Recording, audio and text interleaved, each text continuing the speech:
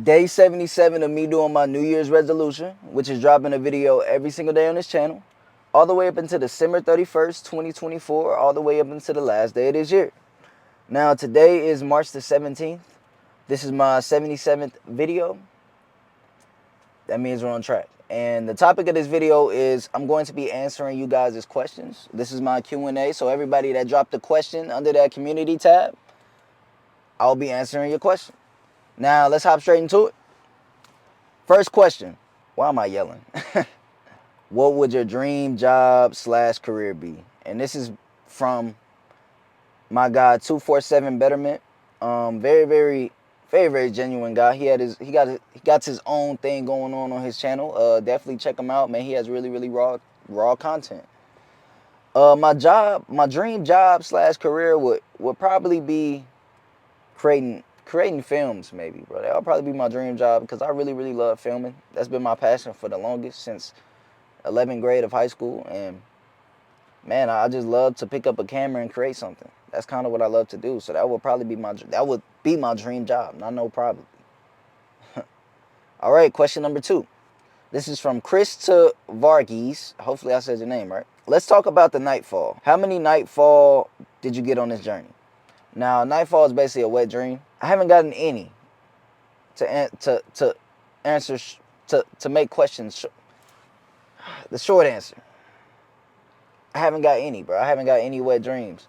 And I've had a lot of sex dreams on this journey. That's something I realized. Starting like day 30 something, I started getting like sex dreams, or I was having sex a lot. And it's happened about 5 times on this journey, but I haven't got a wet dream, to answer your question. Alrighty, question number 3. What can a person do to remove thoughts of self-doubt and uncertainty? And this question is by Morgan_MJ7209. Now, self-doubt and uncertainty, something that's, because I've had self-doubt and uncertainty. And I think that comes from you just not believing in yourself and not thinking that you're capable. That's where the self-doubt comes from. You got to understand, bro. You never know what you're capable of doing until you do it. So you having self-doubt on certain things, bro. You got to practice. Practice takes perfection takes practice. You got to be doing the things that you want to do, and that confidence will come.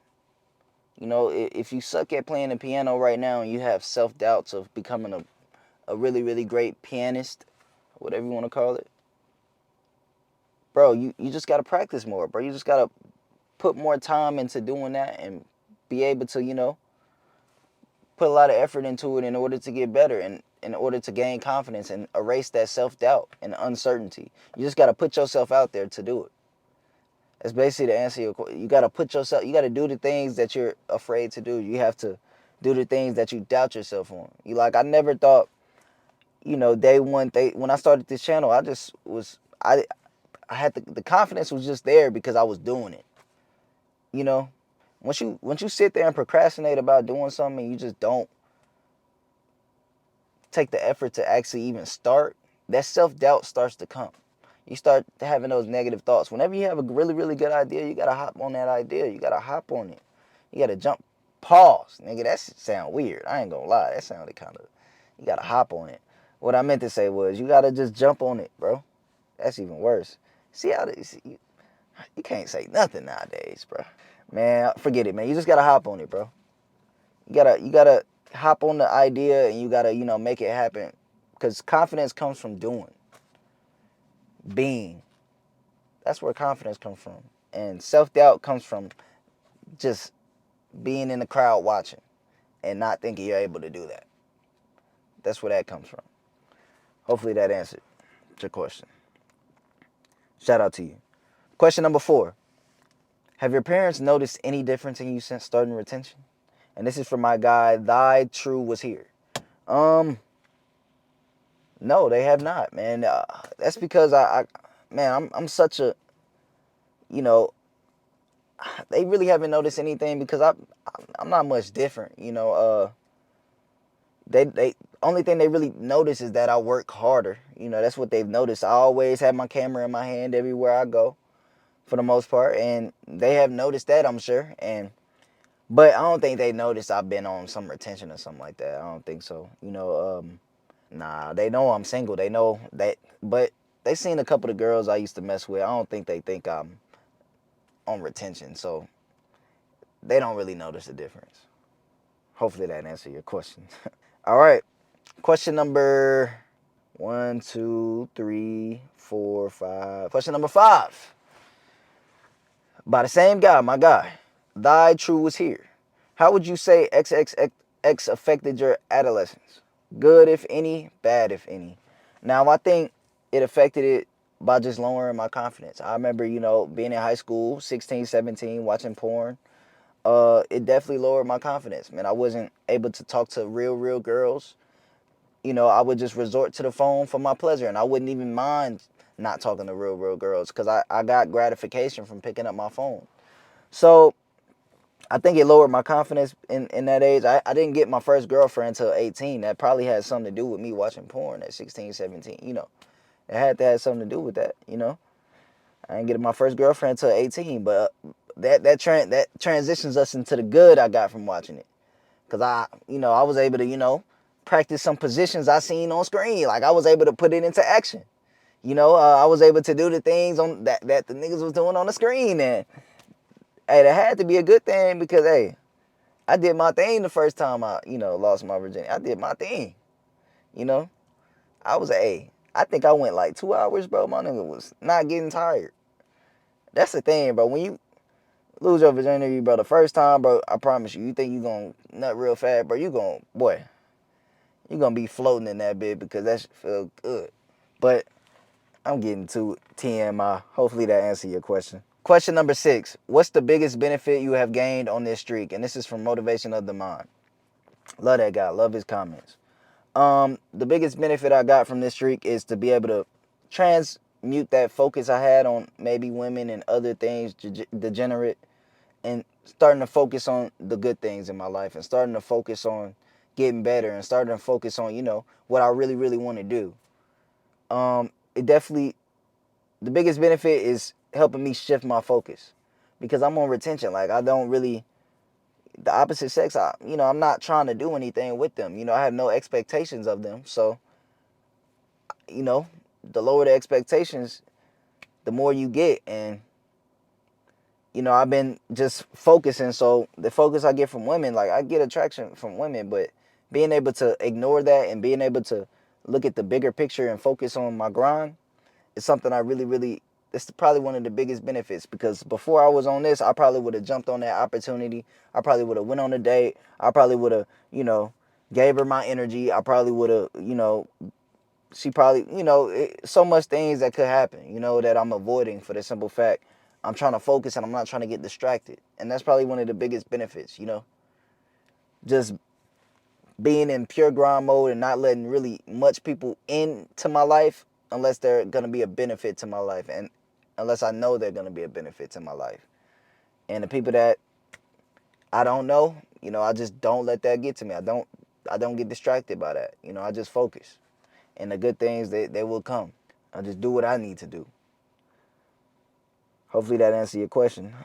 Question number 7. What would you change in your life if suddenly someone gifted you $20 million? And this question comes from Pearl LaGrande.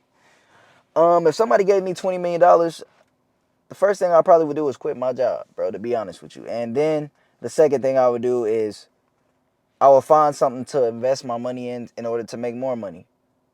It's kind of what I would do with $20 million. Nothing after that will probably change. I'll probably still be doing the same things for the most part, going to the gym. But since I'm not going to work, I'll have more time to kind of do what I want to do, and yeah, and $20 million, that's a lot of money. I might break a little bit of it off with some family, because at the end of the day, I love my family, and shit, I made $20 million, that's enough to share a little bit. I still want, a lot, but, I got other plans. But, that's kind of what I would do that's how things will change. It wouldn't change really much, but But to think about it, maybe in real life it probably would change a lot, because $1 million, boy, everybody will be hitting my phone up. Everybody will be, my life will change. You know, the people that I ain't talked to for years will be suddenly calling me. The girl, my ex-girlfriend will call me out of nowhere talking about, hey, I miss you. You know, if people start knowing that I won $20 million, somebody gave me, you know, crazy. So my life possibly could change a lot. Hopefully that answered. Question number 8, what's your zodiac sign? I am a Gemini. So I'm two-faced.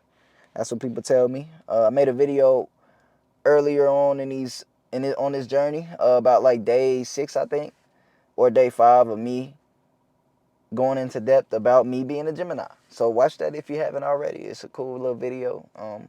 Check it out. But I'm a Gemini, my brother. And that question comes from Tay J Reynolds. That's my guy, bro. Love your comments, bro. All right, question number 9. This is from my guy, again, Thigh True was here. And his question was, how old are you?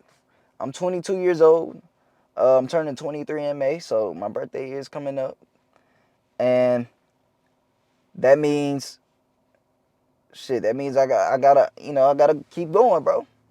I'm 23, I'm only getting older. I'm not getting younger. That means I gotta, dedicate a lot of time and a lot of attention into my grind now, so later on in my life I can relax and enjoy the work that I put in. Question number 10. This is from my guy, Slim Dickinson. Who is your favorite adult film actress at the moment? I don't have one, bro. I don't watch adult film anymore, so I don't have a favorite right now. So, to answer your question, I don't have one, and I feel good about that, you know? That's really all I have for that. All right, last question. Bro, how or in what way we can advise a girl to start NoFap? To advise a girl to start NoFap, you can just tell her, bro.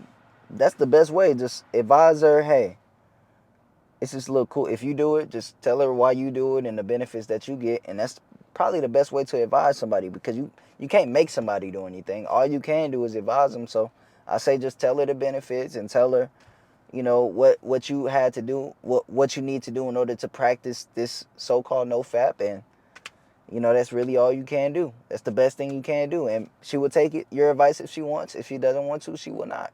Can't really force her. So all you can do is tell her, give it a message. All right, that's the end of this video. That's the end of these questions. I loved all the questions that you guys gave me. Thank you for participating, man. I really, really loved that. But I'm gonna end this video here. Hopefully you guys enjoyed this Q&A. I will have another one probably down the line.